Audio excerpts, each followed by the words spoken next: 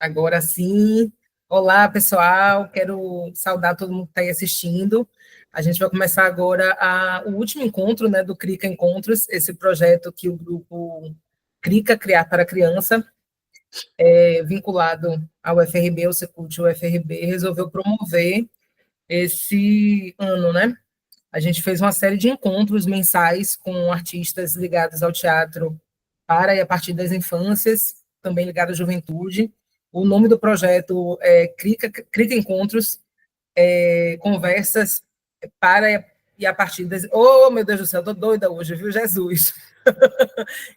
E Poliana ainda botou a pesca aqui, ó, tá vendo como tá? Crica Encontros, conversas sobre teatro para e a partir das infâncias.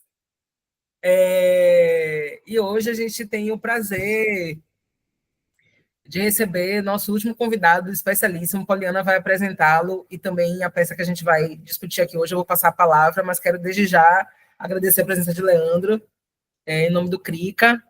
Essa curadoria que a gente fez esse ano aqui, ela é de responsabilidade de Paula Gottlieb, que eu quero também nomeá-la, que fez uma curadoria a partir dos projetos, né, que ela é parecerista de vários projetos ligados a algumas instituições, e ela entrou em contato, né, fez uma curadoria, tinha mais peças do que de fato a gente conseguiu apresentar, mas Paulinha fez uma curadoria, entrou em contato com cada artista e a gente vem criando essas pontes, né? O objetivo é a gente realmente estreitar as relações Brasil afora, né, com quem está produzindo arte para as infâncias e juventude também.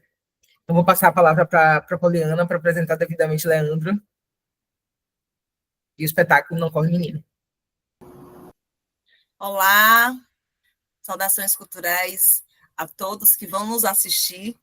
Eu sou Poliana Bicalho, eu falo de Salvador, Bahia. Eu sou mãe, educadora, mediadora cultural.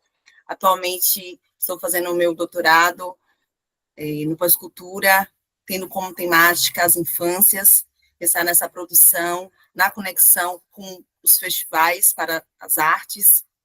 E hoje vou ter uma alegria aqui de bater um papo, cirandar junto com o Leandro Bates, que ele vai contar um pouquinho sobre o processo de criação e trazer algumas reflexões sobre as infâncias e juventudes pretas que precisam e que merecem a nossa devida atenção enquanto pesquisadores, artistas, mas, sobretudo, como sociedade. Então, eu vou me audiodescrever. Eu sou uma mulher de pele parda, cabelos compridos, bem escuros, algumas mechas louras, tenho os olhos bem grandes, amendoados, estou usando um batom vermelho, estou com uma blusa com mostarda. Ao fundo, eu tenho aqui uma parede branca e, como eu já informei, eu estou aqui na cidade de Salvador. E aí eu vou convidar Leandro para se audiodescrever também e fazer aqui uma saudação inicial para os nossos futuros participantes, né, que vão nos apreciar quando esse vídeo estiver disponibilizado publicamente. Olá, gente, boa tarde. Me chamo Leandro Bates, eu sou um homem negro de pele escura, tenho cabelo cortadinho, conhecido como com degradê, assim, do ladinho. Tenho uma barba que está crescendo, ela já está grandinha, bem bonita, inclusive. Uso um brinco do lado esquerdo, um brinco de argola, e estou com uma camiseta preta.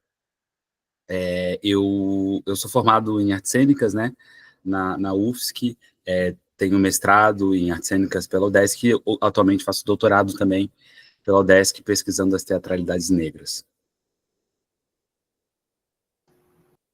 Seja bem-vindo.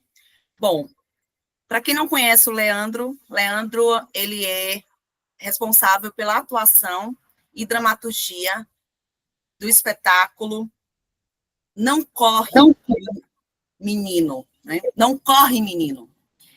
Esse espetáculo, ele é um espetáculo relativamente novo, e aí Leandro vai daqui a pouco trazer um pouco para a gente a história do processo de montagem, mas qual é o mote desse espetáculo? O espetáculo conta a história do menino Eduardo da Silva Santos. Ele é um menino, ele é um adolescente, acabou de entrar na adolescência, ele tem 12 anos, ele é um menino negro, e que ele é alvo de uma bala perdida. Então, o monólogo, de cerca de 45 minutos, denuncia a violência contra as crianças negras e periféricas e faz uma crítica ao racismo e à violência desproporcional que é utilizada pelas Forças Armadas nas periferias do Brasil. O espetáculo traz uma reflexão sobre os futuros possíveis.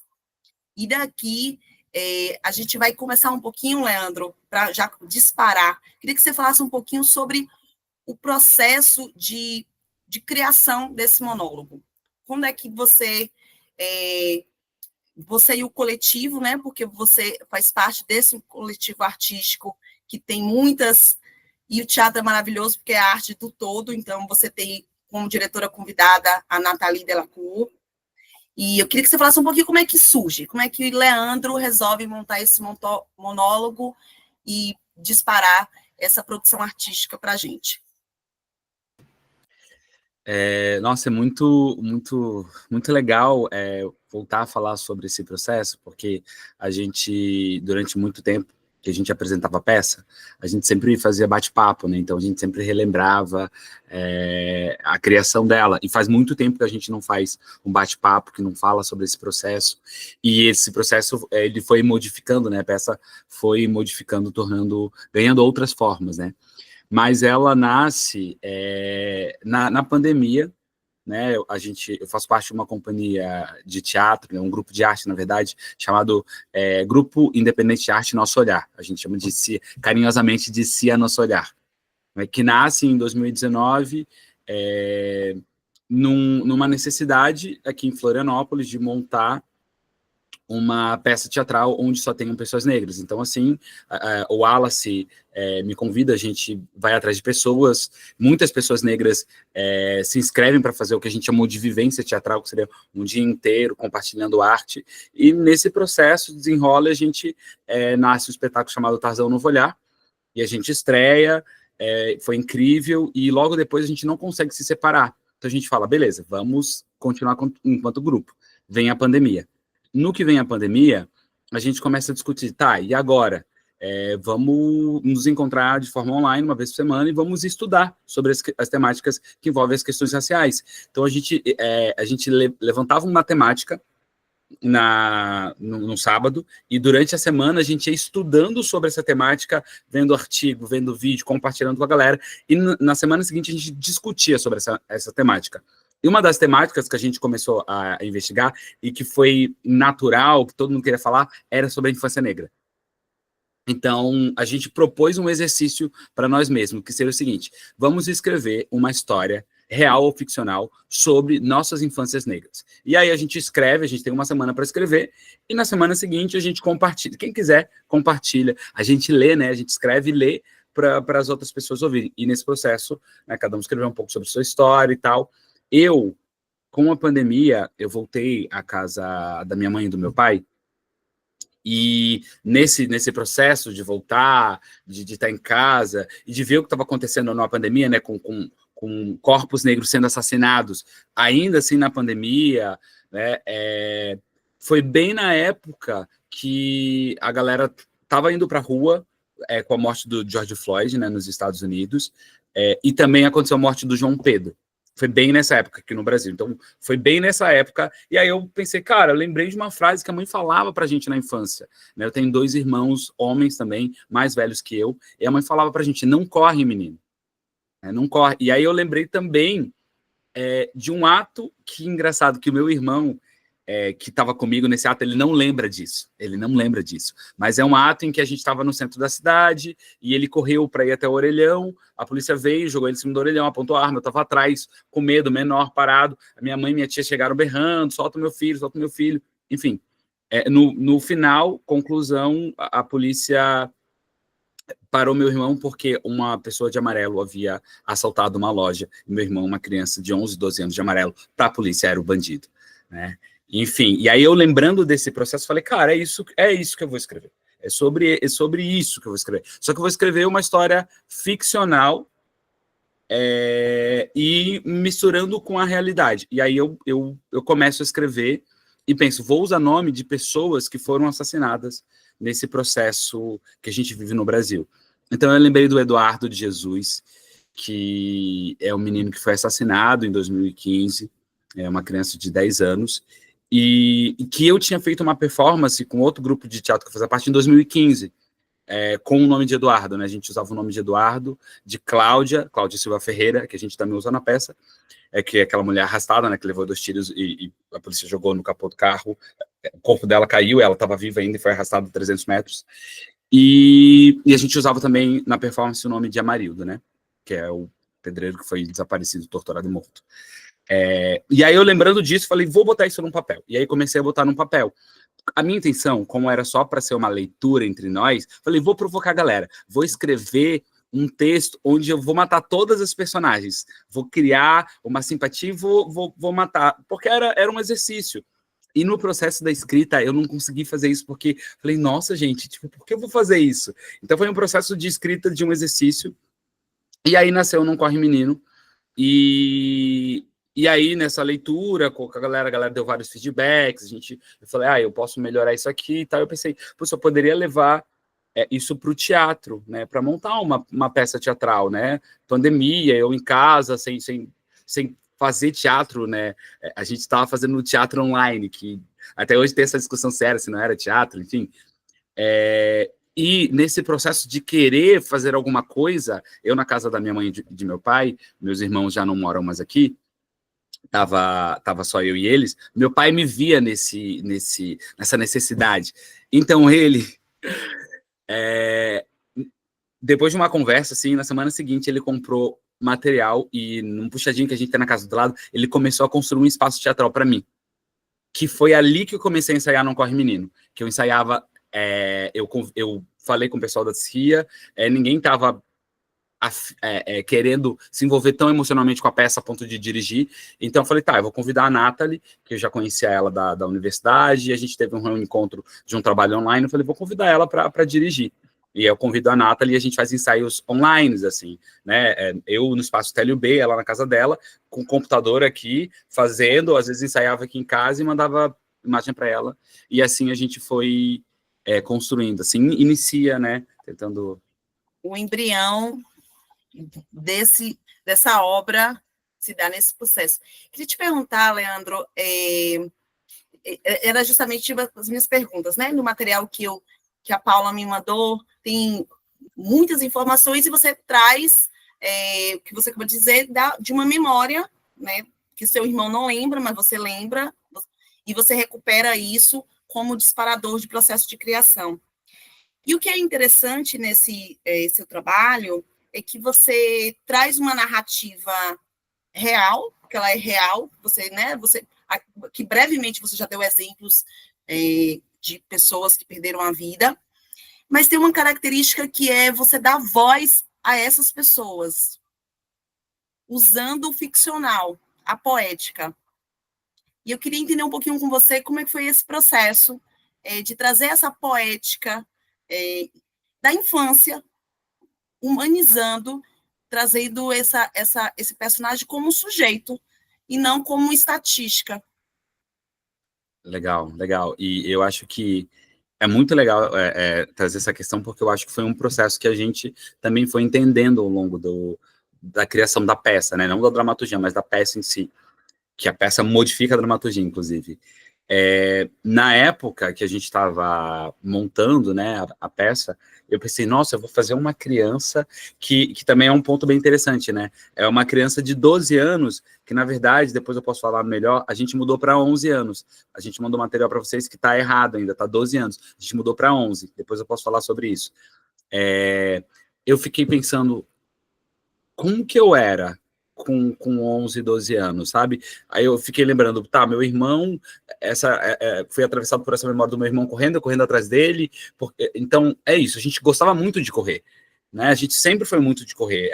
Eu sou cria da comunidade do Morro da Mariquinha, né? Eu vivia correndo para cima e para baixo, o morro indo atrás de pipa, brincando de bolinha de gude. Então eu era essa criança energética. Eu falei, é essa criança que eu quero transferir para a peça. E eu via a minha sobrinha, na época a minha sobrinha tinha 11, 12 anos, então eu ficava olhando ela era e tentando comparar como eu era. E eu percebia, pelas minhas memórias, um disparo que eu acho que tem a ver também com a tecnologia, com acesso, né? As crianças de 11 anos hoje não é a mesma criança dos anos 2000, e a história se passa nos anos 2000, então eu fiquei pensando, tá, como é essa criança de 11, 12 anos, nos anos 2000, que é cheia de energia, que quer brincar na rua, que quer correr, então foi um pouco desse processo e também de dar voz, né, para essa criança, tipo, ela que conta a história, ela que é detentora da história. E acho que é também por isso que depois a gente acaba mudando um pouco a narrativa da peça, né? A peça, a história original terminava com um final trágico, né? Hoje ela não termina mais com um final trágico, ela termina assim com futuros possíveis, né? Então eu acho que foi um pouco desse processo de trazer essa minha criança, de observar essas crianças e também colocar voz, né? Então, esse Eduardo, que eu dou o nome, que não é o Eduardo de Jesus, mas que não é o Leandro, que não é o meu irmão, o Leonardo, que não, mas ao mesmo tempo é tantas outras crianças e ao mesmo tempo eu, que estão contando essa história, que estão vivenciando a memória da sua mãe, do seu pai, das suas irmãs, dessa coisa, dessa frase, né, que a gente discutia bastante, ao mesmo tempo que essa frase tem, como eu vou dizer, uma certa dureza da mãe, como que uma mãe vai impedir uma criança de correr, né? Tipo, não corre, menino. Só que ao mesmo tempo, uma mãe negra, quando fala isso para uma criança não correr, está embutido em tudo isso. Não corre, menina, a polícia pode te confundir. Não corre, menino, se estiver correndo, vão achar que você é um bandido, um assaltante, vão atirar. Então, é isso, né? Porque já se entende no Brasil, até mesmo quem não tem tanto investigação ou pesquisa sobre as questões raciais, já se entende que criança negra correndo no Brasil, para a polícia, pode ser bandido. E muitas vezes é bandido. Né? Então, eu acho que tudo isso está um pouco embutido, assim. Você, assim, material que a gente teve a oportunidade de ver, você fala muito sobre o título, né? Sobre a história do título, ou também do efeito de sentido do título. E aí, um pouco num exercício, né, de tentar trazer algumas reflexões, aí eu identifiquei uma passagem do Dr. D'Angelo, no texto Fragilidade Branca, que ele fala o seguinte, que as crianças começam a construir ideias sobre raça muito cedo, um senso de superioridade branca e conhecimento dos códigos de poder raciais parece se desenvolver já na idade pré-escolar. E essa citação, para mim, eu queria que a gente falasse um pouco nessa relação do direito à cidade, desses corpos infantis, né? Como eles operam de maneira diferente em crianças brancas de classe média, né? Porque também acho que tem um recorte econômico aí, e como opera de uma outra estrutura com crianças que moram nas periferias e crianças pretas. E eu queria falar um pouco mais sobre isso, trazer algumas questões. Pode ser? Claro. Eu acho muito legal isso também, porque eu acho que tem a ver com o território, né? O território onde você pode correr, e onde você... A gente, mesmo sem a nossa mãe, ou nosso pai, ou nossa pessoa responsável, falar diretamente na nossa infância do tipo... tem um lugar que você pode correr, tem um lugar que você não pode correr, a gente vai aprendendo pelos códigos da sociedade e de como a gente é tratado, os lugares e locais que a gente pode se comportar de tais formas, né? Os lugares e locais que a gente pode correr. Então, óbvio que na minha comunidade eu vou correr para cima e para baixo, a não ser que esteja acontecendo uma operação. Aí você não vai correr, né? Quando eu estou no centro da cidade, quando criança, a gente entende que tem ambientes no centro da cidade que você não pode sair correndo. A gente sabe disso, que realmente podem te confundir, que é uma coisa que a gente escuta muito na infância, né? Essa palavra, confundir. Cuidado, podem te confundir. E aí você fica confundir com o quê, né? Tinha uma frase que eu acho que é das frases que eu mais ouvi da minha mãe, que eu mais ficava confuso, que ela falava, quando vê a polícia, faz cara de inocente. Ela falava essa frase. E eu ficava, E eu ficava, né, matutando, como que eu vou fazer cara de inocente se eu sou inocente? Eu nunca fiz nada para ninguém, sabe? Tipo, imagina, eu caçula de três irmãos maiores que eu, que sempre me protegiam. Eu nunca me envolvia com nada de confusão, porque meus irmãos estavam sempre à frente, então... E eu ficava confuso com isso. Eu acho que tem um pouco dessa construção dessa criança, né? De como ela vai se construindo. Então, ela vai... Toda essa subjetividade dela vai entrando sei lá, talvez em pequenas caixas. Tipo, não pode, não pode, pode, não pode, não pode. Então, isso vai trazendo, fazendo com que a própria autoestima do jovem negro vá se diminuindo. Você vai, tá, você não pode fazer isso, você não pode fazer aquilo, você não pode fazer isso, sabe? É muito. E aí eu lembro que eu fui percebendo muito na adolescência, na relação com meus amigos brancos, como o comportamento deles e o meu, assim, um exemplo muito clássico que para mim chamou muita atenção na época, quando eu tinha 13 anos, eu acho, que eu comentei para dois amigos brancos, tipo, cara, que chato a gente entrar no mercado e o segurança ficar seguindo a gente. Ele falou assim, os seguranças não me seguem, Leandro? Eu falei...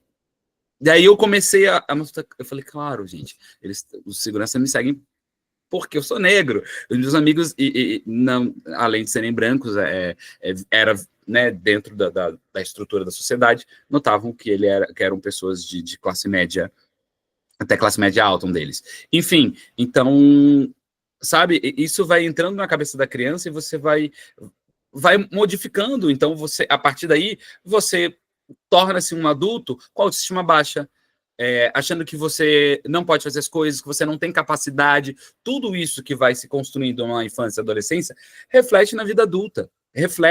Refletiu na minha vida por muito tempo. Eu me achava incapaz de várias coisas, né? Então, é muito bonito, interessante ver como esse processo está um pouco diferente hoje, né?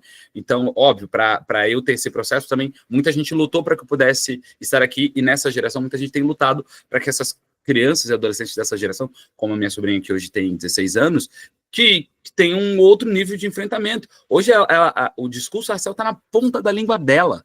Está na ponta da língua dela, com coisa que eu não tinha com 16 anos, né? Então, eu acho que essa construção e essas subjetivações que a gente vai tendo na infância e adolescência nos formam enquanto adultos, né? Tanto a criança branca quanto a criança negra e não negra, enfim. Você começou a falar um pouquinho sobre a alteração, que de fato, numa parte do material tinha 12 anos e outra parte tinha 11 anos. Fala um pouquinho sobre isso, por quê? Né? 1 ano só de diferença, mas porque para você foi tão significativo fazer esse deslocamento da idade do personagem? Isso foi uma das alterações que a gente fez e uma que a gente nunca conversou muito com as pessoas, porque isso veio depois. Mas nos bate-papos, quando a gente fazia, algumas coisas que a gente ouvia era: vocês não estão infantilizando demais uma criança de 12 anos?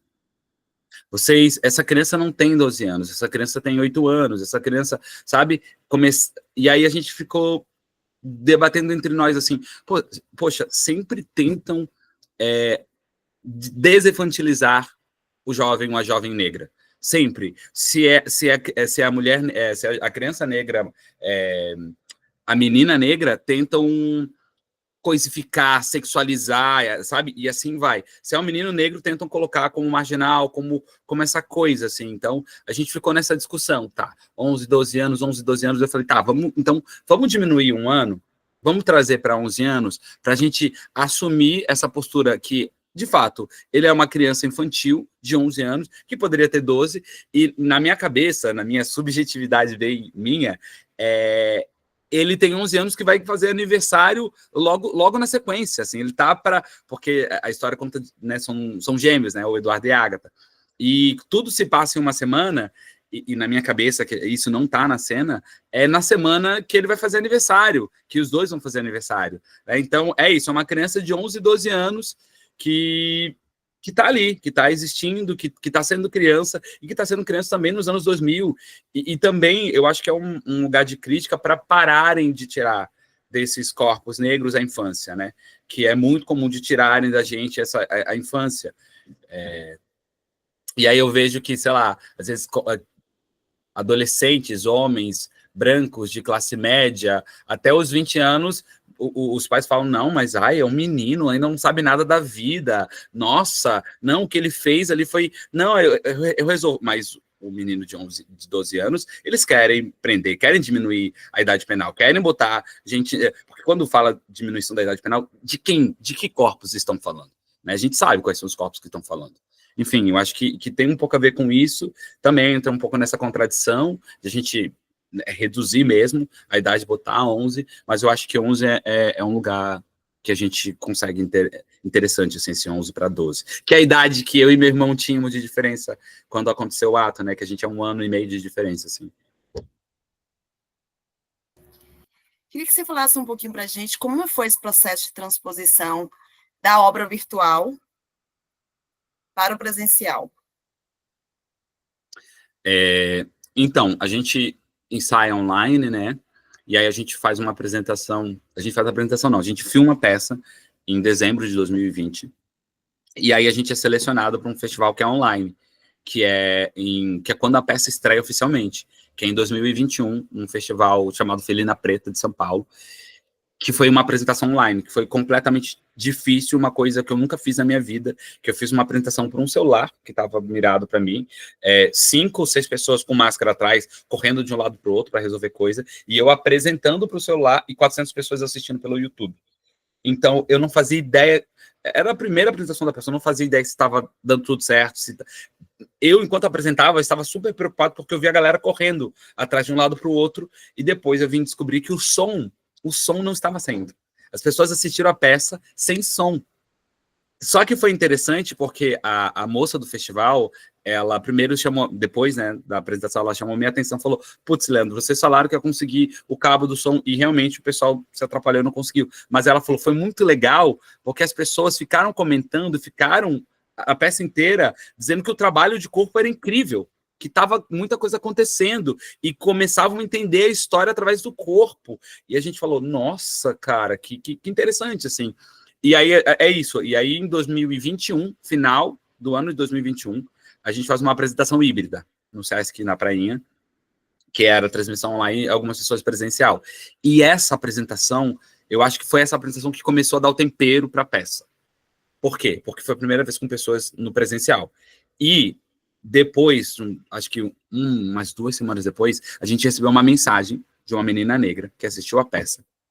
Ela mandou mensagem no nosso Instagram, e ela falou o seguinte, assim, resumidamente, a peça me pegou muito, a peça é muito boa, o trabalho incrível, porém, eu perdi um irmão com algo bem parecido com o que aconteceu com a peça.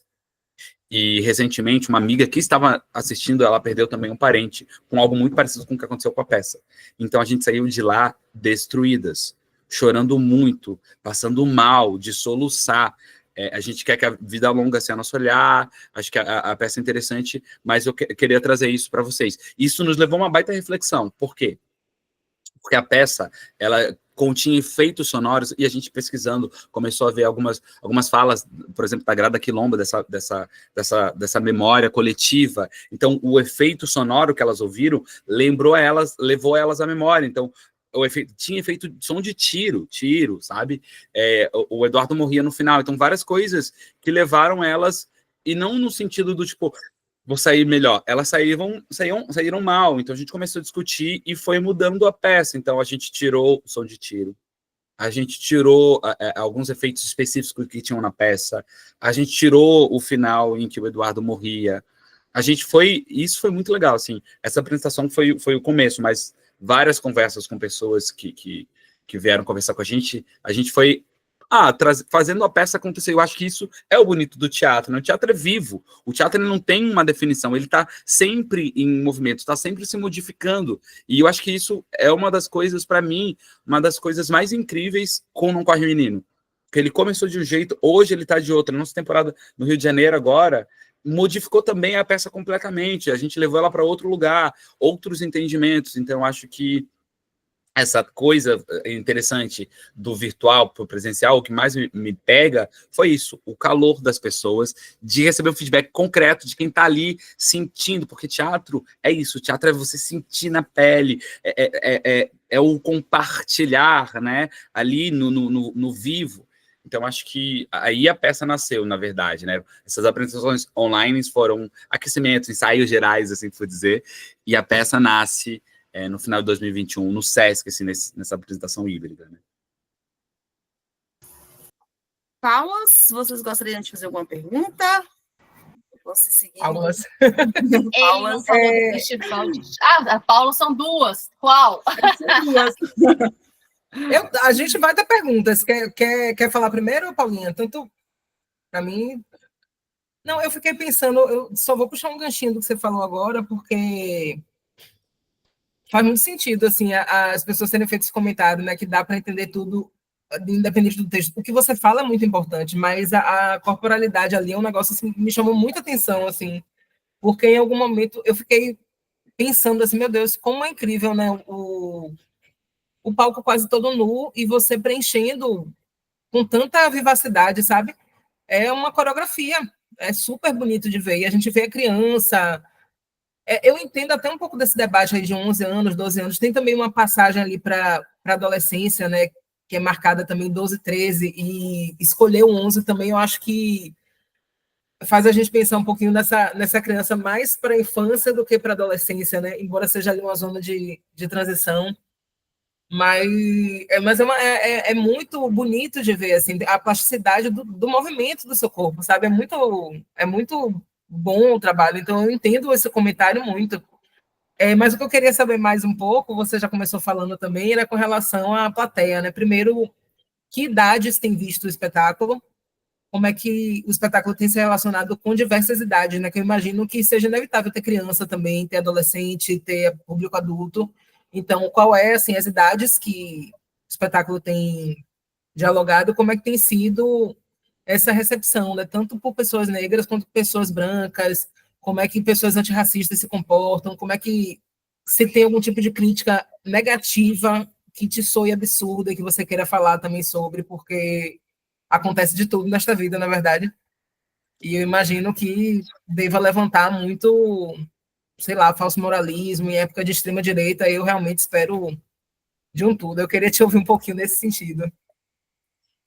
A gente já passou por várias coisas, assim, realmente, com o público, né, que nos levaram a reflexões e tal. A peça é para 12 anos, mas, de fato, muitas crianças já assistiram. Inclusive, filho de uma amiga, né, assistiu, ele tinha 3 anos na época, quando ele já assistiu a peça 2 vezes. A primeira vez que ele assistiu, ele tinha 3 anos. E ele ficou a peça inteira concentrado na peça. A peça inteira concentrado. E foi isso. Uma hora ele falou na peça e aí o Eduardo conversou com ele. Não lembro exatamente o que, mas teve um momento assim.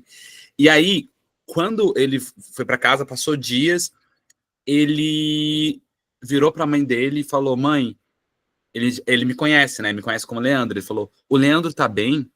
Eu tô preocupado com ele. Óbvio, né? Porque imagina, ele viu a peça e ele viu naquela versão antiga, e aí ele teve o tempo de maturação do pensamento, ele foi para casa, ele dormiu, ele sonhou, então, dado momento, ele só perguntou para a mãe dele: o Leandro tá bem?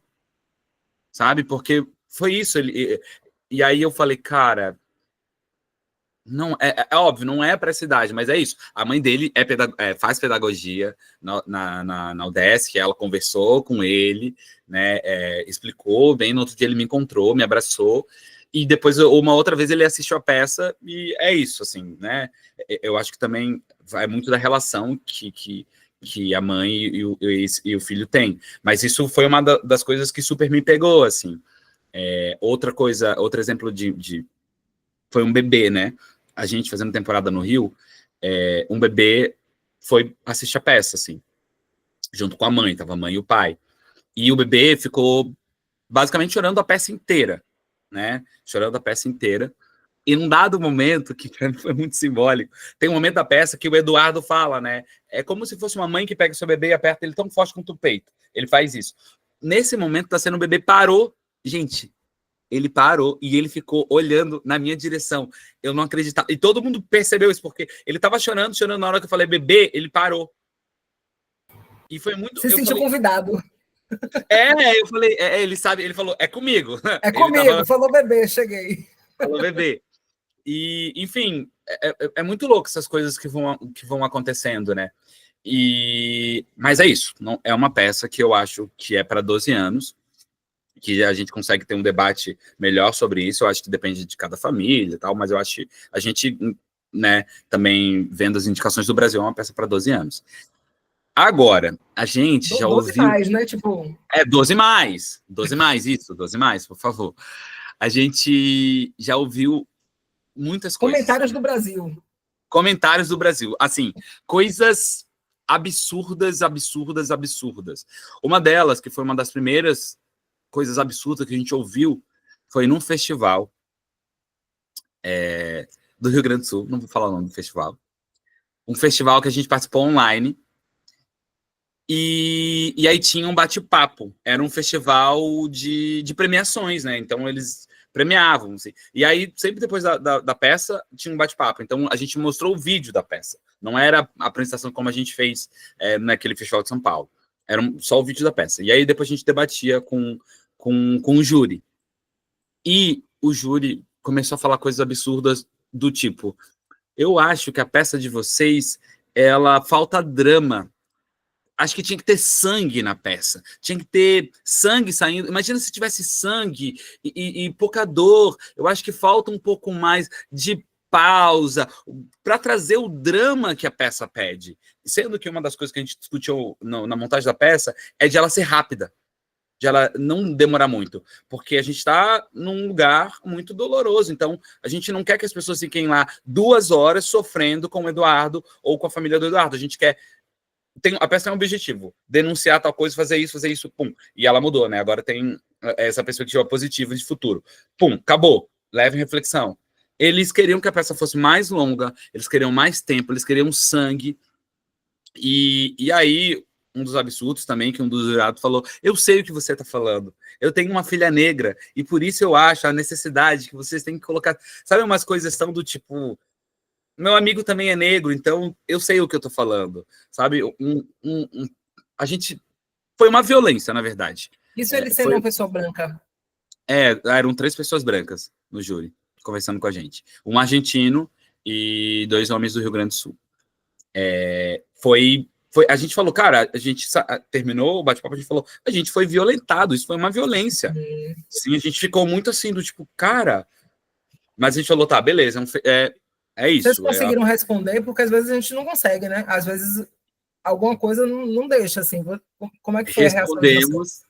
Respondemos. A altura, né? Digo, porque realmente merece uma respondona. Não, a gente ficou muito aflito e começou acho que estava eu e a Nathalie, se eu não me engano. E as outras pessoas assistindo online, assim. E a gente estava, tipo, muito... Então, a gente foi respondendo, assim, calorosamente, um apoiando o outro, e eles nos acharam afrontosos. Um grupo afrontoso. Um grupo novo, que ainda não entende nada.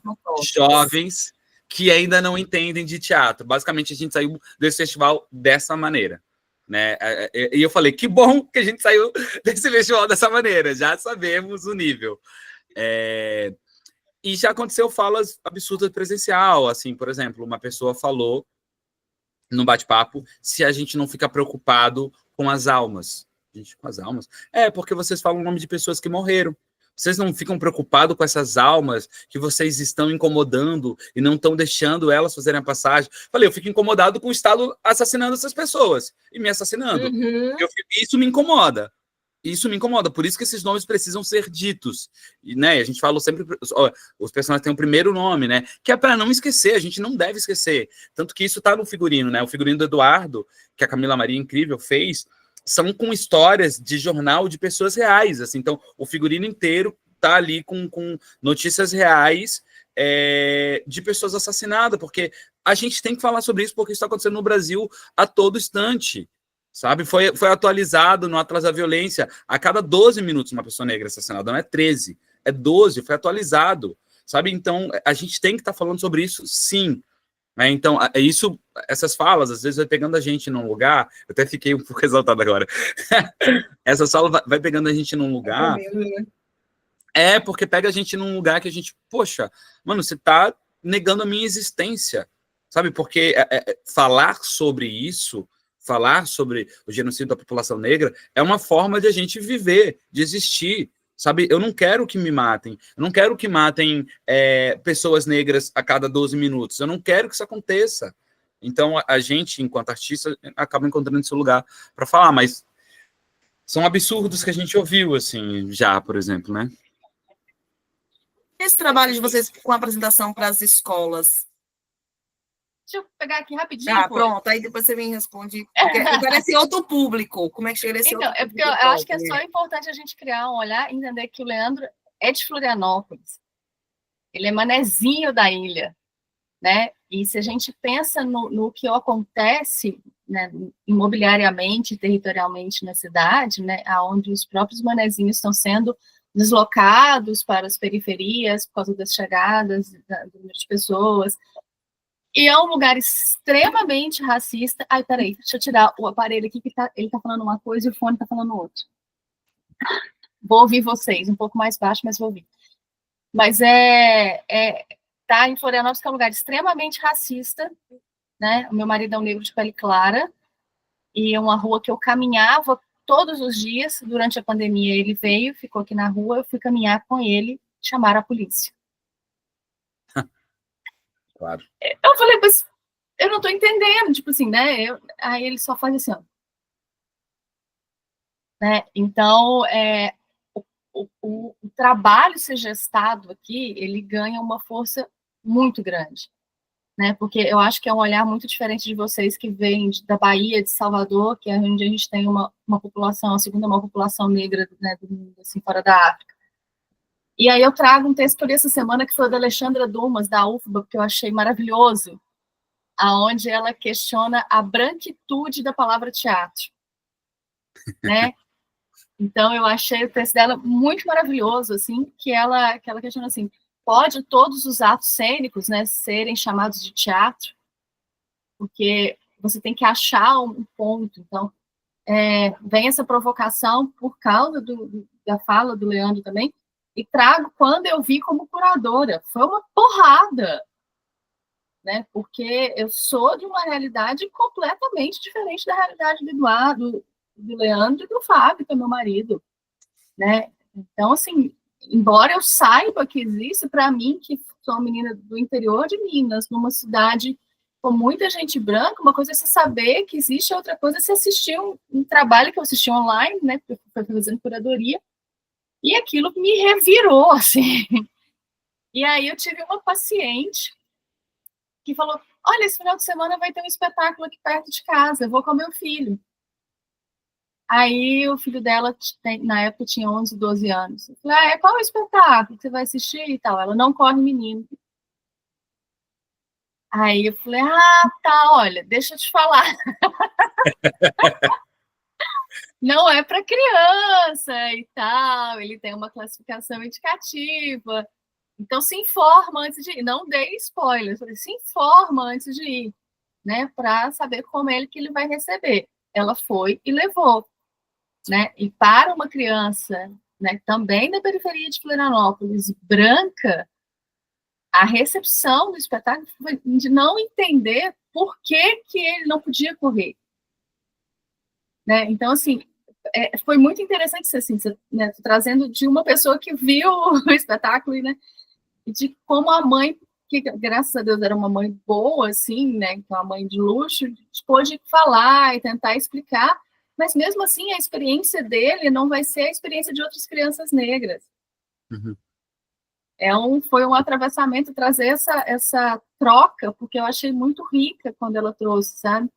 Que ele saiu do espetáculo e disse ela que ele saiu, que era perto da casa dela, então eles foram a pé. E que eles saíram falando, e a criança não entendia. E aí o desafio da maternidade dela naquele momento era mostrar essa outra realidade. Eu achei muito bonito, assim, esse cuidado dessa mãe. Legal. Não, uma coisa que a gente já ouviu algumas vezes é isso, né? As pessoas, às vezes, não entenderem o que está por trás da palavra. Falar assim: mas toda mãe fala para a criança não corre, menino. Sim, toda mãe fala para uma criança, né? Não corre, menino, não corre, menina. Você pode cair, você pode derrubar alguma coisa. Mas as mães de crianças negras não corre, menino. Você pode ser atingido por uma bala. né? Então, eu acho que isso é bem interessante, assim. É um desabafo, assim, né? Igual foi na última mediação também, né? Que são realidades muito diferentes da minha, né? Da minha infância, da minha criança, né? Do meu privilégio, apesar de ser uma pessoa com dislexia, isso é uma outra coisa, é uma outra vivência, né? É uma violência, assim.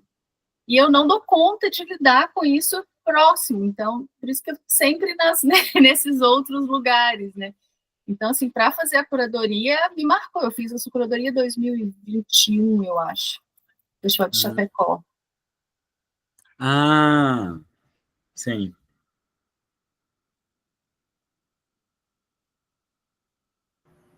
Legal, legal. Me conte, Leandro, uma plateia de jovens assistindo o seu espetáculo. Me relate esse acontecimento. Como é? Então, a gente teve isso algumas vezes e sempre vai para um lugar muito interessante, assim, principalmente se esses jovens estão acompanhados da professora, né? A gente teve alguns casos, né, de jovens que foram com professoras, e a gente sempre fala, é uma peça que talvez não seja para a idade que você quer levar, não, mas a gente vai conversar e tal.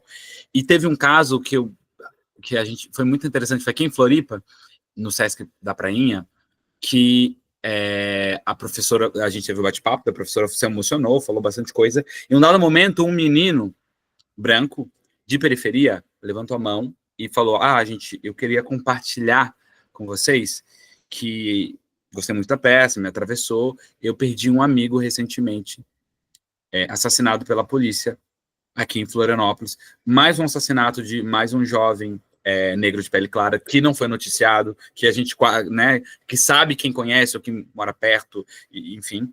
E ele falou que o que pegou muito nele, assim, na peça, é o momento que a professora, na peça, né, o Eduardo ele, né, lembra da professora professora de história, falando que o tempo é relativo.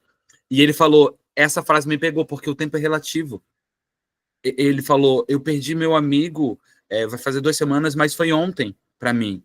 Então, a gente ficou, cara, que interessante isso, como chegou nele, né? Que ele ficou nisso do tempo, de como o tempo é relativo, e que era uma professora de história falando que o tempo é relativo, né? Então, esse atravessamento, assim. Uma coisa também que me marcou, e marcou bastante a gente, foi a gente apresentando no Rio de Janeiro, foram assistir umas crianças de um projeto social da Salgueiro, da Escola de Samba Salgueiro, e assim que eles entraram, no Rio de Janeiro, eu fiz o Loiro Pivete, né, que a gente descolora o cabelo e tal, e entrou a turma, no que a turma entrou, e eu entrei em cena, na hora todo mundo olhou para um menino que estava com o cabelo pintado. Então foi uma identificação na hora, todo mundo, as crianças todas começaram apontaram para ele,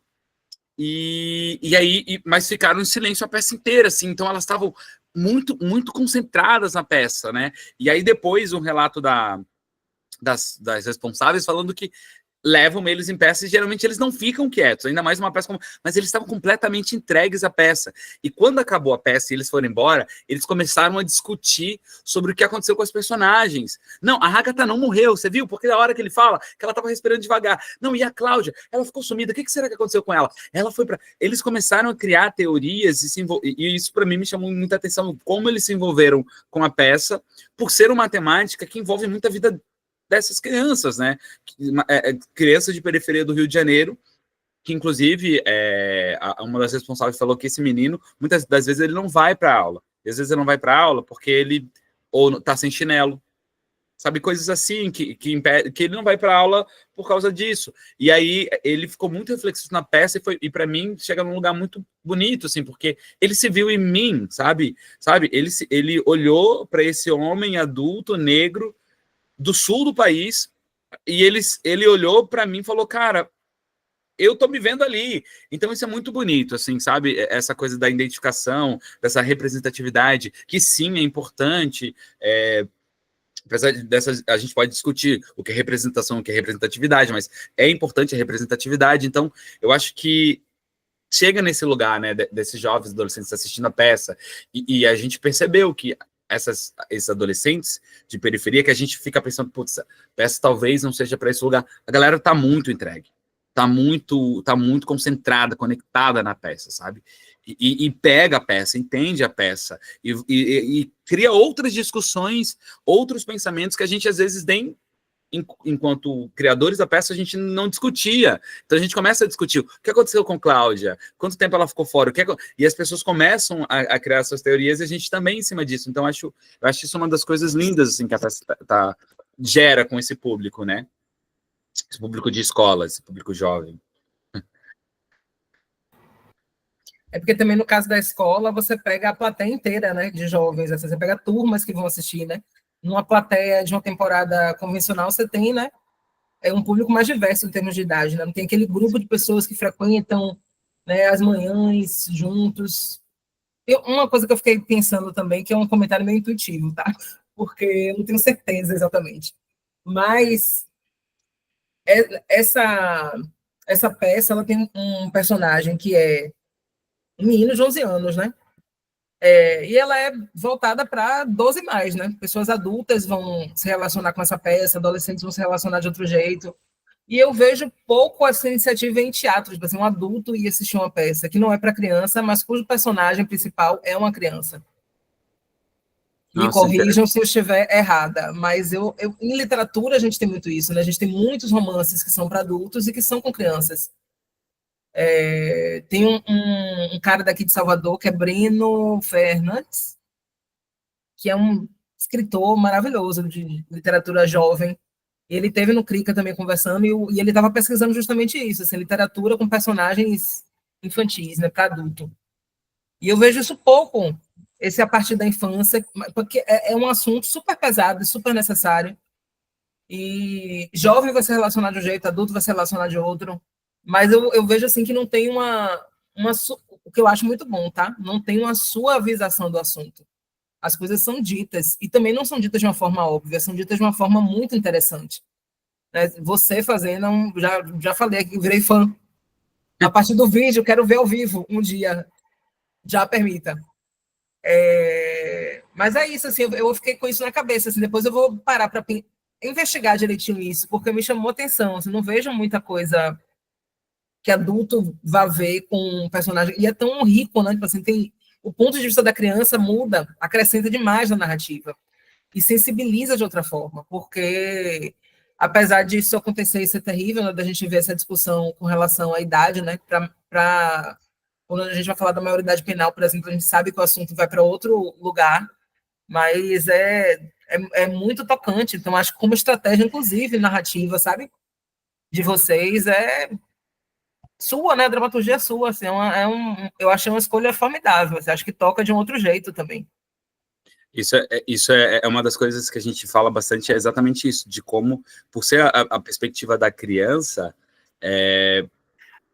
nos deixa um pouco mais aflito, porque do tipo, como que ela não percebeu que é isso, né? Então, e aí a gente tenta, na encenação, na cena, deixar isso um pouco mais visível. Então, às vezes, ele fala uma coisa e faz outra. Então, né, a hora que ele entra no carro e vai narrando a irmã, ele fala uma coisa e faz outra. E ele vai reconhecendo os caminhos. Então, é isso, de fazer com que essa coisa da...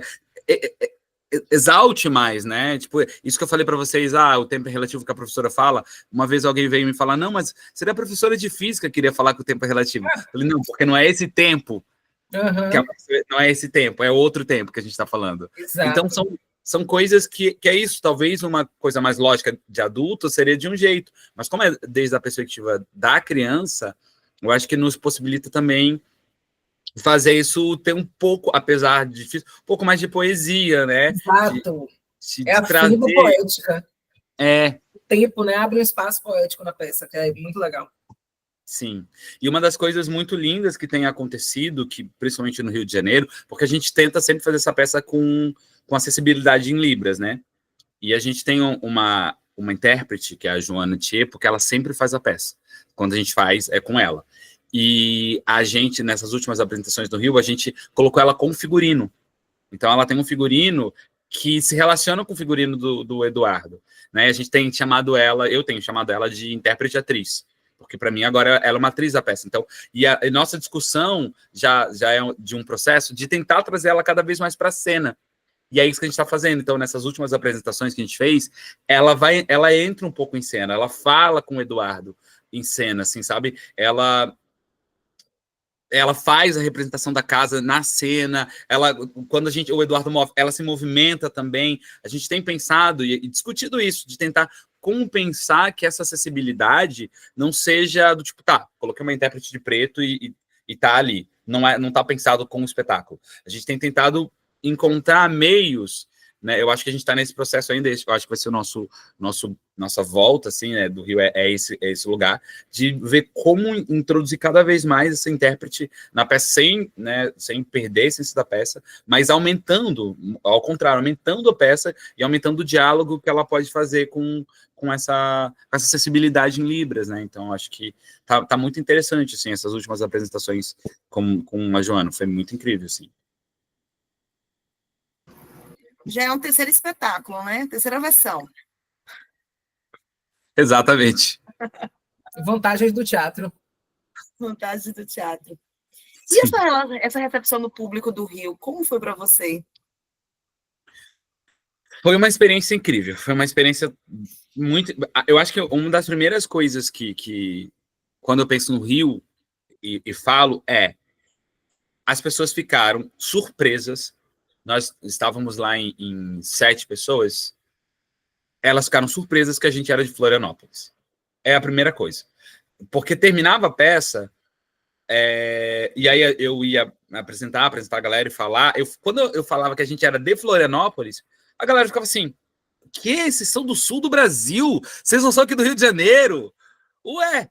Sabe, isso é uma das coisas que chocava, e isso me pega, assim, e é uma das coisas das minhas falas finais, depois quando a peça acabava, que é isso.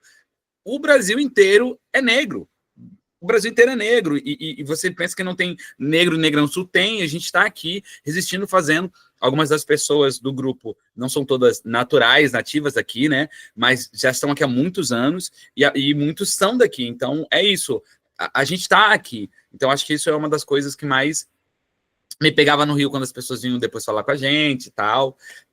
Tinha muito reconhecimento de se ver, né? Então, é isso. Quando você vai falar sobre violência policial no Rio de Janeiro, você está falando num ambiente que está ali, né? Além de estar muito visível, está visível na TV, né? Você liga a TV e as pessoas falam que isso é o Rio de Janeiro, né? Então, essa é uma das coisas, né? O senso comum está estruturado que o Rio de Janeiro é uma cidade violenta e enfim. Então, as pessoas já ficavam muito assim com esse título, né? Não Corre Menino. Que aconteceu muitas vezes aqui em Florianópolis, as pessoas achavam que era peça infantil pelo título. No Rio, em nenhum momento isso aconteceu. As pessoas sabiam o que essa frase queria dizer, né? Então, a gente fez com algumas pessoas, a gente fez algumas entrevistas, né? A gente, super rápido, assim, um breve, acabou a peça, e aí o fotógrafo nosso que estava junto, o Maurício, ele ia atrás das pessoas, você quer falar alguma coisa, os depoimentos? Então a gente tem alguns depoimentos de pessoas que falaram, de como isso chegou nelas, de lembraram da sua infância, né, de como isso foi atravessado. Então a própria Maria Marighella assistiu e falou como chegou isso nela, e falou uma coisa legal, né, enquanto a gente, como a Cena Solar, se coloca com essa peça, com o debate que está tendo o teatro negro brasileiro, que são esses pontos, né, que a gente está discutindo muito sobre esse lugar desses corpos negros e sobre essa violência, isso que eu às vezes chamo de teatro emergencial, que é um teatro movido à emergência. A gente tem que falar sobre essas pautas, porque a gente está sendo assassinado. Então, para a gente, o Rio de Janeiro foi um pouco disso, assim, ao mesmo tempo que era tudo acontecendo ao mesmo tempo no Rio de Janeiro, né? Então, uma das coisas que falaram para a gente, a assessoria de imprensa, falou assim, fiquem felizes, porque nem sempre a gente lotou o teatro, mas vocês estão apresentando na Zona Norte. A galera não gosta de ir para a Zona Norte, a galera quer ver peça na Zona Sul e quer ver peça no centro, mas vocês estavam na Zona Norte e conseguiram ter um público interessante, pessoas que se mobilizaram para ir até a Zona Norte, né? Óbvio, pessoas da Zona Norte assistiram, mas outras se deslocaram para ir assistir a gente na Zona Norte, sabe? Então, isso é muito interessante. A gente fez no Sesc Tijuca, né? Leandro, me preocupa o que você falou. O quê? O que as crianças em Florianópolis estão assistindo? O que está sendo entregue para elas? Pois é. Me preocupa muito, porque a gente não tem, né, um festival de teatro para infância e juventude aqui, a gente tem um festival de cinema, a gente tem o festival em Blumenau e tem o festival em Itajaí. Em Itajaí, por exemplo, teve uma peça que a Andréia organizou, que era numa praça, que era um espetáculo de rua, e aí a escola tinha que levar as crianças até a praça, era só atravessar a rua. A escola se recusou para que as crianças não fossem ao teatro. Então, me preocupa como artista, como moradora da ilha, né, porque eu saí daqui para semana passada para fazer 3 apresentações no Monte Cristo. A gente chegou num dia no Monte Cristo, tinha uma barricada. Né? Então, para poder entrar, a gente teve que dar a volta e tudo mais, né? Mas o que está sendo produzido para crianças? Cara, isso está sendo um pouco do debate do nós, enquanto grupo, quando você é nosso olhar, de a gente estar debatendo de fazer uma peça infantil. A gente pensou, a gente precisa dialogar diretamente, né? A gente está nesse processo. Agora que estão abertos editais, a gente está tentando escrever para financiar, para pelo menos dar início, né, a essas ideias. E a gente está, isso, né? A gente está numa cidade que os teatros estão fechando, que o festival que tinha de teatro já não tem mais, que o Osnar Azevedo, né, era um festival que tinha muitas peças, ocupava a cidade inteira, já não tem mais. Então a gente está numa cidade que está acabando com a cultura a todo ponto. Então, e a gente fica discutindo, a gente quer fazer, mas como que a gente vai fazer? Onde a gente vai fazer? Com que recurso? Nossa, tem que trabalhar. Então, a gente, né, fica sem pé nem cabeça. E quando tem alguma coisa assim, às vezes as pessoas, as escolas se recusam a levar a criança, né? E a gente está num momento, a gente discute muito isso também no grupo. Novembro é um momento que, de repente, o nosso grupo... mas tem a Ser Nosso Olhar. Vamos falar com a Ser Nosso Olhar para fazer um trabalho voluntário. E a gente, desde o ano passado, a gente decidiu o seguinte, que em novembro a gente não faz trabalho voluntário. A não ser, obviamente, que seja uma coisa que a gente fala, não, gente, a gente tem que ir. E a gente está fazendo alguns, inclusive, né? Que para a gente não é um trabalho voluntário, para a gente é estar ali, né? Estar participando. Só que aconteceu muitos convites e a gente fica, cara, a gente pode fazer o seguinte, a gente pode oferecer para vocês os nossos materiais que estão online. A gente tem Tarzan, um Novo Olhar, tá no YouTube. A gente tem Dona Jacinta, que discute a mulher negra, o cabelo, a marginalização, tá no YouTube. E aí, às vezes, a gente consegue, talvez, uma pessoa ir e conversar, né? Mas apresentar a peça, que é uma demanda grande, né, de pessoas, de deslocamento, de tudo isso, não tem como a gente fazer de forma gratuita, ainda mais em novembro. Né? É um desrespeito com quem veio antes da gente, com quem fez todo o movimento, sabe? Então, eu acho que Floripa tem um pouco disso, assim, sabe?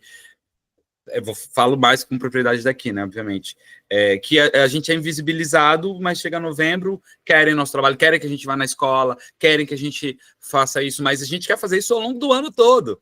A gente quer ir na escola, eu quero levar no Corre Menino dentro da escola e a gente adaptar e fazer.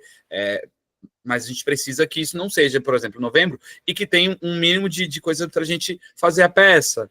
Né? Hoje em dia a peça tem projeção, a gente não pode fazer a peça a gente quase aceitou um convite do Instituto Estadual de Educação, mas não tem como a gente fazer a peça num ambiente durante o dia num espaço aberto. Não vai ser a peça. Não é a peça. Então, às vezes também é isso, né? Tipo, enfim. A gente tá nessa questão muito grande, eu acho, de espaço, de peças teatrais que sejam infantil. A gente... Aí o que tem, não vou citar nomes, mas o que tem mostra a criança como se a criança fosse infantilizada demais, umas histórias que a gente já está cansado, que reforçam o machismo, que reforçam a misoginia, que reforçam a homofobia, que reforçam coisas que a gente está em 2024, gente. A gente está avançando, não vamos retroceder, óbvio, né? Estamos em Santa Catarina, tudo isso, mas enfim. Mas olha, tem um teatro muito legal no CEDEP, só para contextualizar a Paula e a Poliana, aqui realmente não tem pauta. A gente não consegue estrear. Não tem o quê? Desculpa. Não tem pauta de teatro, a gente não consegue estrear. Os teatros estão precarizados, os editais viraram a PENAB, se não fosse a PENAB e a Paulo Gustavo, a gente não tinha, não estão abrindo os financiamentos. Aqui público. Também tá uma desfesta na floresta. Tá, e tudo feito pelo chat GPT, isso eu tô pegando pesado na galera que está escrita, né? Mas o CEDEP no Monte Cristo é um espaço muito legal para ir, viu, Leandro? Não sei se você já esteve lá. Enfim, fico bem encantada, sempre que eu posso eu levo os trabalhos lá, e é muito isso, assim, você tá ali, e aí eu estava só com crianças autistas semana passada, né, e a fala era, você não vai conseguir nada aqui, eles são agressivos. Meu Deus. Foi a coisa mais linda, que depois eu mando vídeo para vocês, mas, enfim, é muito esse, né, a essas crianças dissidentes, né, eles não vão entender, eles não podem, eles não têm acesso, eles não conseguem compreender, eles não conseguem fruir, então tem... Enfim. Vocês estão falando, Leandro, várias coisas, adoro. Eu queria retomar um pouquinho com você. Você falou sobre... Você começou a falar sobre a importância da representação e da representatividade, né? Desses outros corpos e corpas na cena.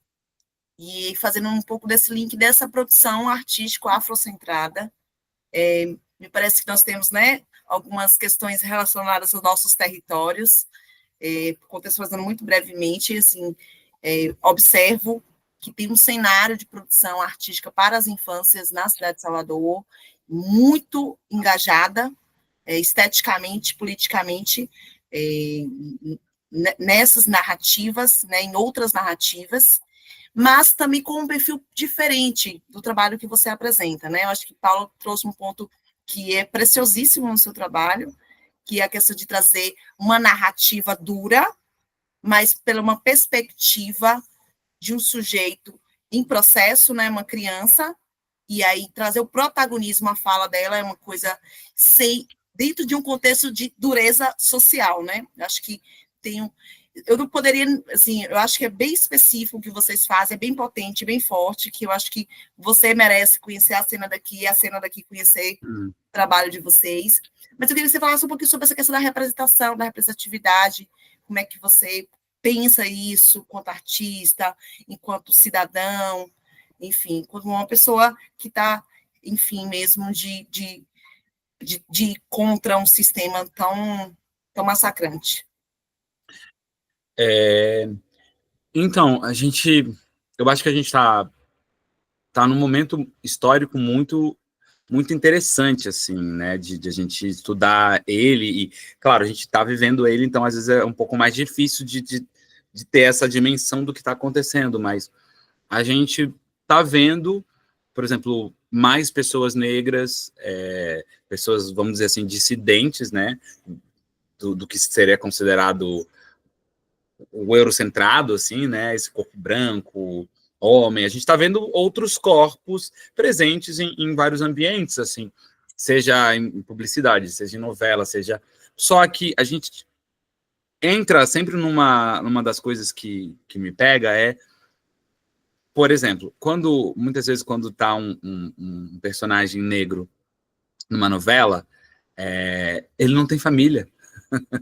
Ele simplesmente surge ali, sabe? Ele não tem uma história antes muitas das vezes, ou quando tem uma história, é uma história muito miserável, né? E aí, ou corpos que vão fazer publicidade, corpos negros vão fazer publicidade para uma empresa que é racista, né? Ou para uma, sabe? A gente está num lugar que eu digo que às vezes é mais uma representação do que uma representatividade, assim. Só que entra nesse dilema que eu não vou massacrar a artista ou o artista. Gente, tem que pagar as contas, né? Então, a gente está nesse momento que eu acho que é bem confuso, assim, né? Que a gente está. A gente quer ocupar os espaços, a gente quer estar lá, mas quais os trabalhos que nos colocam, né? Quais os trabalhos eu tenho acesso? Que é uma das coisas que, por isso que a gente criou assim, a nosso olhar, porque a gente quer fazer as nossas produções, a gente quer colocar do nosso jeito, a gente quer escrever como é esse sujeito, dar a voz dessa narrativa, né? Eu estou, inclusive, com uma camiseta, que tá ao contrário, está escrito Tudo por Nós, que aqui está escrito o nome Reverb, que é um média-metragem que a gente gravou esse ano, que eu escrevi o roteiro e fiz a direção. E é isso, a gente está... que ele vai estrear ano que vem, a gente está fazendo a gente quer também trabalhar com filme, então a gente está pensando, onde a gente pode estar ocupando, além do teatro, que a gente pode estar contando as nossas histórias. Então vamos fazer cinema, vamos disputar esse lugar também, vamos fazer cinema, contar nossas histórias. Então a gente gravou um média-metragem aqui no Morro da Mariquinha, a gente gravou aqui no Morro na Mariquinha, a gente usou outros espaços, a gente usou pessoas negras daqui, sabe? A gente está fazendo um musical que tem rap, que tem samba e que tem pop com corpos negros. A gente está trazendo camadas LGBT, porque a gente está falando sobre o universo das drag queens também. Então a gente está meio que ocupando esses espaços. Por quê? Porque a gente sabe que a representatividade é importante. Ela é importante. Só que a gente está num momento muito de representação, né? Então, eu acho que é isso. Nem sempre é representação, nem sempre é representatividade. Acho que é um debate que é preciso entender, né? Porque tem um lado da representação que pode ser positivo, que a gente, pelo menos a gente vê nossos corpos ali, que de repente acaba se tornando uma representatividade. Por outro lado, é isso que eu falei, muitas vezes é um corpo que aparece e não tem história, né? Diferente de outros corpos que tem toda uma história, uma família, de repente um personagem negra, ele surgiu, assim, sabe? Então isso é uma das coisas, não sei se vocês já notaram isso, mas é uma coisa que me chama muita atenção, né? Do tipo, e qual é a narrativa o que veio antes, né? Então, enfim, eu acho que a gente está nesse lugar, né? Então, enfim, é bem importante, eu acho, que analisar esse momento. Eu falo bastante, né? Acabo, às vezes, me perdendo. Assim, Não, é porque eu ponderando aqui também, a gente já vai daqui a pouco caminhando para encerrar, mas eu fiquei só pensando porque também a gente está num momento em que os discursos eles também são aprisionados pelo capitalismo, né? Eu acho que vem um pouco do que você está falando. A gente outro dia eu vi uma postagem de Thaís Araújo celebrando pela primeira vez na história da televisão brasileira nós termos 3 protagonistas negras nos 3 horários de inéditas da TV Globo, né? Isso é uma luta civil sem tamanho, assim, a gente sabe que isso não é porque a Globo ficou boazinha, isso é uma luta, né? E ao mesmo tempo, né, são personagens maravilhosas, super atrizes, com enredo, com história, com tudo isso, um quantitativo maior, né, de atores negros e negras trabalhando em novela, e só que isso aí é um cuidado que eu acho que é sempre necessário lembrar, porque ninguém quer voltar a 3 casas, né? Ninguém quer voltar para os personagens subalternizados e sem subjetividade alguma, que de vez em quando ainda aparecem, né? Mas a gente está vendo isso mais, isso é muito bacana. Sim. Então, eu concordo totalmente, assim, acho que é um cuidado, né? Para a gente sempre pensar, assim, beleza, tem a pessoa lá fazendo, mas em que condições, né? O que ela está contando ali, né? O que está por detrás daquela história? Pela frente, pelos lados todos. Sim. A gente está encaminhando, né, para o final, mas você falou um pouquinho, Leno, dos projetos do futuro. Queria que você retomasse um pouquinho para a gente ficar aqui já... Encerrando com o futuro. Encerrando com o futuro, porque essa, inclusive, foi um lugar que você achou, né, você e todo o grupo, é duro, é difícil, mas a gente precisa esperançar, né? A gente precisa criar novos imaginários para existir, para sentir, para estar, para ser. Então, acho que também tem aí um lugar de muita gentileza e de muito desejo, né? De que a gente possa ter outros lugares para as nossas crianças e para os nossos adolescentes. Então, nos conte aí, nos adiante sobre esse futuro próximo. Então, a gente, com assim, a Nosso Olhar, a gente teve um convite, aí, estando lá no Rio de Janeiro, que um dos carnavalescos, não, os dois carnavalescos da Portela assistiram uma peça e convidaram a gente para encenar uma ala da Portela no Carnaval de 2025. Sim, é uma coisa incrível, ainda mais a Portela que vai falar sobre o Milton Nascimento. Então, para a gente é uma coisa... Já tô chorando aqui, nem começou ainda, já tô... Já ganhou. Ai, meu coração, meu coração! A gente ficou assim, ó, impávido colosso. Acho que essa é como a gente ficou. Então, a gente obviamente aceitou, e o Wallace, que é um dos diretores de Não Corre Menino e o fundador da Se a Nossa Olhar Comigo, ele já vai para o Rio em dezembro e eu vou em janeiro. A gente já vai começar... isso aqui a gente nem está divulgando ainda, estou falando aqui para vocês, mas daqui a pouco a gente vai divulgar, a gente já está em reunião com a Portela, e a gente vai conduzir uma das alas da Portela para falar sobre o Milton Nascimento, e é bem a parte da noite, que fala um pouco também sobre a ditadura. Então vai ser muito interessante para a gente, assim. Então a gente voltaremos ao Rio de Janeiro ano que vem. A gente também está num processo de construir uma peça nova, que a ideia principalmente com Camila e Gisele envolvidas, e eu vou estar mais atrás na assistência de direção, que é para falar sobre Antonieta de Barros, né? Que é essa mulher de Floripa, que foi a primeira deputada negra do país, ela que criou, né, o Dia do Professor. Enfim, a gente está nessa discussão de trabalhar, de construir essa peça. Já tem muita coisa organizada, então a gente está esperando para ver se a gente consegue algum fomento desses editais da PNAB que abriram para a gente começar a produzir, pelo menos com alguma verba. E a gente está agora, né, terminando a finalização desse média-metragem, que é Reverb, que contou com muitas pessoas assim. A gente fez um trabalho muito incrível com Reverb, que a gente botou muitas pessoas que não trabalhavam com cinema, trabalhando com pessoas do cinema. Então, as pessoas do cinema foram muito pacientes e estiveram ensinando para a gente. Então, eu dirigi pela primeira vez. Teve gente que nunca tinha atuado para o cinema que está atuando. Teve gente que nunca tinha feito direção de arte. A Camila, que fazia direção de arte para teatro, começou a fazer para cinema. Então, a gente começou a estar experimentando coisas.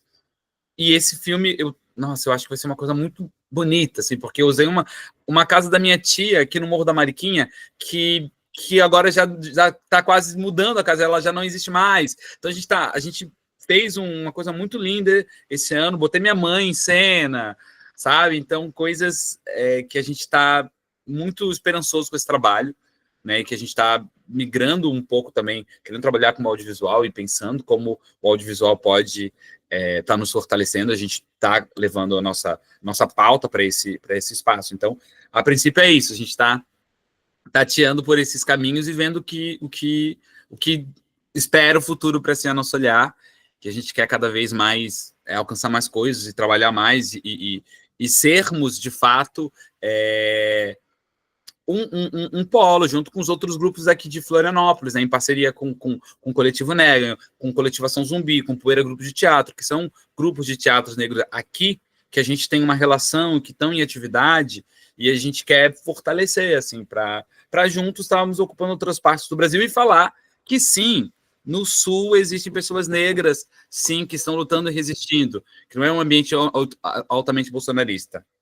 Exatamente. E eu sou aqui do Morro da Mariquinha, cria desse lugar incrível. Porque eu acho legal contextualizar, né? Porque o Morro da Mariquinha é uma galeria de arte urbana, né? Então, você tem até o tour para o Morro da Mariquinha. Eu não conheço o Morro da Mariquinha. Uma hora eu quero ver se eu vou para o Monte Cristo, mas não vou para o Morro da Mariquinha ainda. Mas eu acho legal essa contextualização do morro e a localização, de onde ele fica, se você puder falar. Sim, o Morro da Mariquinha, ele faz parte do que a gente chama de maciço do Morro da Cruz, né? Que a gente chama de maciço porque são várias comunidades, um morrão, assim, ó, que ocupa vários espaços, e ali tem, em média, 18 8 comunidades, assim, né? Cada uma com um nome. E o Morro da Mariquinha é no centro da cidade, uma comunidade. Você está no centro da cidade, você olha para cima, você vai ver o Morro da Mariquinha, Morro da Caixa, o Morro da Queimada, Morro do Mocotó, por aí. E aí o Morro da Mariquinha, ele tá aqui do lado tá o Morro da Caixa e pro outro lado tá o Morro do Mocotó. E o Morro da Mariquinha é um lugar que tem muita arte, assim, a arte urbana, assim, sabe? É muito lindo. Então chamam de rolê da Mariquinha, que em um dado momento a galera vem e sobe, dá uma volta pela Mariquinha e vê um pouco da pintura. Assim, eu tenho um lado a favor e um lado contra esse rolê da Mariquinha, mas isso é para outro momento que eu posso falar. Tem umas coisas que me pegam um pouco, assim, nesse rolê da Mariquinha, mas enfim.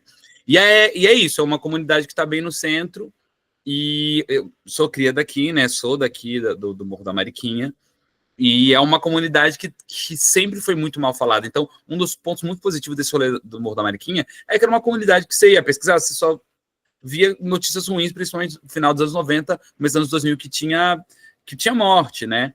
Hoje em dia não, hoje em dia é o rolê da Mariquinha, então tem eventos no Morro da Mariquinha, a galera vem pra cá. Tem o baile funk no Morro da Mariquinha, sabe? Nas sextas-feiras, então lota de gente. Então é uma coisa que tá mudando, né? Então eu acho muito, muito bonito isso, assim, o que tem acontecido com o Morro da Mariquinha, né? Esse nome, né? Que tem... Acho que as comunidades, assim, ao entorno também têm ganhado muita força e muita questão cultural, assim, né? Então a galera tem orgulho de dizer, eu sou do Morro da Mariquinha, eu sou do Morro da Caixa, eu sou cria do Mocotó e eu faço arte lá mesmo. A gente tá começando a fazer, né? Um pouco disso.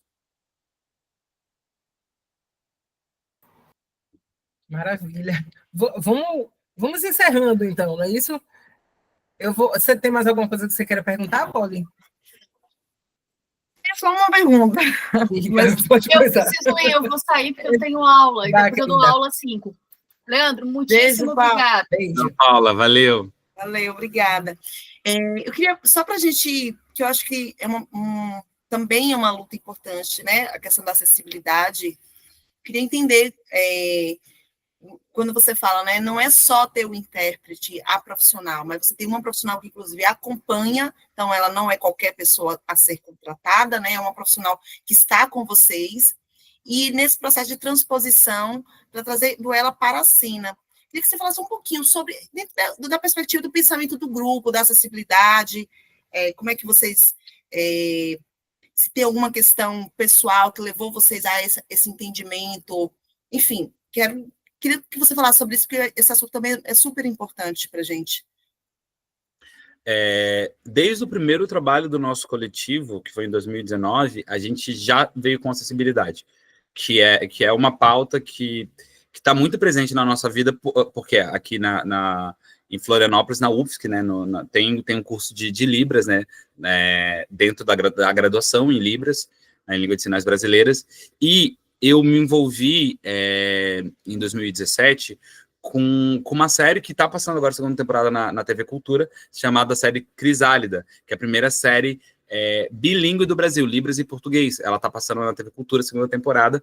A primeira temporada a gente teve 3 anos na Netflix, né, de 2020 a 2023, e agora está passando, então, todo domingo às 10 da noite na TV Cultura. Já passaram 2 episódios, são 6 episódios, vai passar... Então, tem mais 3, o terceiro, quarto, quinto e o 6º episódio. São 4 episódios ainda que estão aí para passar na TV Cultura. E aí, desde que eu me envolvi em 2017 com esse universo, a minha mente abriu, assim, né? Eu já tinha tido acesso na escola, uma escola pública que eu estudei, que tinham pessoas surdas, as professoras e professores começaram a aprender pelo menos o alfabeto, passar para a gente.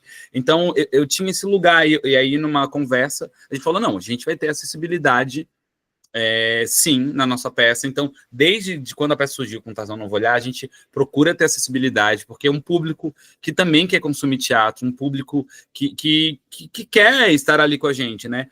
E aí a gente, nesse processo com a Joana, sempre com a Joana, a gente pensou, cara, a gente quer trazer mais para dentro, e foi uma questão que a Joana falou também, sabe? Poxa, o intérprete é um pouco do que a gente reclama no teatro com a iluminação, né? A gente só pensa na iluminação na hora. Um pouco um foco aqui, uma luz aqui já dá, né? E aí a pessoa que é iluminadora fala, nossa, Vamos pensar juntos? Então, é a mesma coisa com a pessoa intérprete de Libras. Vamos pensar juntos nessa peça? Vamos ver... Claro, no Corre Menino já nasceu sem interpretação de Libras no início, mas a gente cada vez mais está entrando, e talvez o início da peça seja agora, como vocês falaram, é uma terceira versão. Talvez, é isso, eu estou usando agora o termo intérprete-atriz para Joana, talvez, num dado momento, eu use atriz, né? A gente está trazendo ela cada vez mais para a cena, e isso eu acho que está muito interessante. Lá no Rio a gente teve uns feedbacks muito interessantes, assim, não de pessoas surdas, porque não foram assistir pessoas surdas, mas pessoas que fazem graduação em Libras, pessoas que são desse lugar, vieram e conversaram muito com a Joana.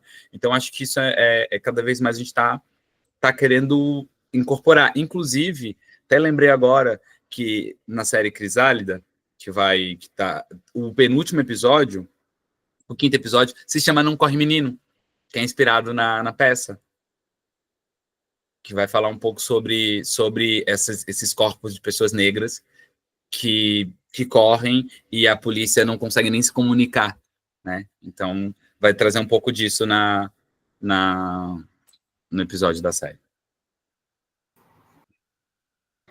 Conversaria mais, uma pergunta surge outra, mas eu já estou muito feliz com esse encontro e eu vou agradecer você, Leandro, pela disponibilidade, pelo desejo, pelo interesse de contribuir também com o trabalho aqui do CRICA, agradecer a Paula, nossa coordenadora, nossa mentora desse projeto, também pela oportunidade de estar aqui. Agradecer, né?